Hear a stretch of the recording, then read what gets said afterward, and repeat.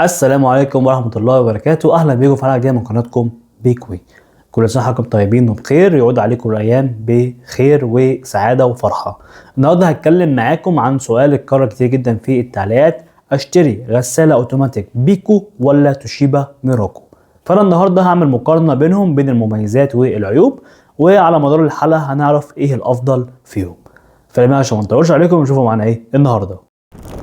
قبل ما نبدا حلقتنا النهارده، يا ريت تعمل شير للفيديو ده لو حد بيدور على مقارنه بين الغسالتين دول.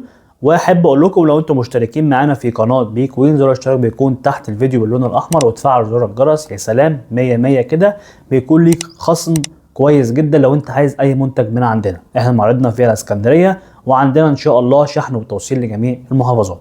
مش بس غسالات ولا ثلاجات، لا، عندنا كل حاجه: هاند بلندر، سخانات كهرباء، تورنيدو، الاستانلس، كل حاجه باذن الله متوفره عندنا. كل بس اللي عليك تنزل تشترك معانا في القناه وتتابع حلقاتنا اول باول. اول نقطه معانا الاداء وتنظيف الملابس. بيكو بتدينا اداء كويس جدا في الاستخدام اليومي، وبتعالج بقوه البقع المتوسطه، وركز على المتوسطه دي. في بعض الموديلات في بيكو فيها تقنيه الاكوا ويف، دي محاكاه كده، بتعمل زي موج داخل الغساله وهي بتغسل، فبتساعد اكتر على تنظيف الغسيل. اما بالنسبه لتوشيبا ميراكو، اداء بيكون كويس في الغسيل العادي، لو انت مثلا هتشغليها كل يومين مره، بتكون مناسبه اكتر للاسر الصغيره والمتوسطه. ادائها بيكون مستقر وثابت، مش بتكون بنفس التقنيات اللي موجوده في بيكو. فانا بشوف ان النقطه هنا بتكون تعادل، بيكو بتكون كويسه بس التقنيه اعلى. توشيبا ميراكو استخدام العادي المتوسط الاسر الصغيره والمتوسطه، فالاداء والتنظيف مش هنروح بعيد، مع تفوق طفيف لبيكو. تاني نقطة: استهلاك الكهرباء والهدوء أثناء التشغيل. بيكو معروفة طبعا إنها غسالة موفرة جدا في الكهرباء، ومعروفة برضو بصوتها الهادي أثناء التشغيل. أما استهلاك الكهرباء في غسالات توشيبا ميراكو فبيكون متوسط أو فوق المتوسط شوية.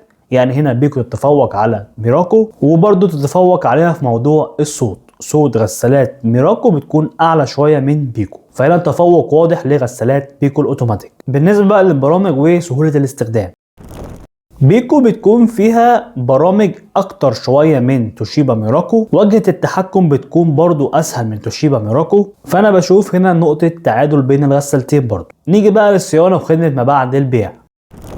بيكو خدمة ما بعد البيع بتكون محترمة، قطع الغيار بتكون متوفرة نسبيا، والفنيين بتوعها بتكونوا كويسين محترمين. لكن توشيبا ميراكو بتكون أقوى شوية من بيكو في موضوع الانتشار في المحافظات، وكمان توفير قطع الغيار، فهنا تفوق ملحوظ لميراكو. نتكلم بقى معاكم عن القيمة مقابل السعر.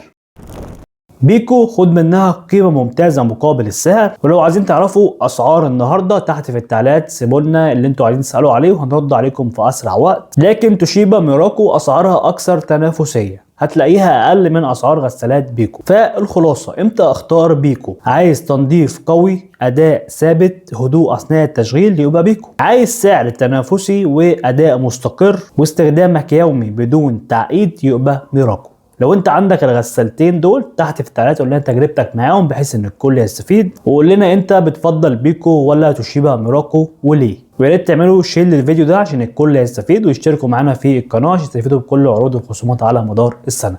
اشوفكم الحلقه الجايه كتيره، والسلام عليكم ورحمه الله وبركاته.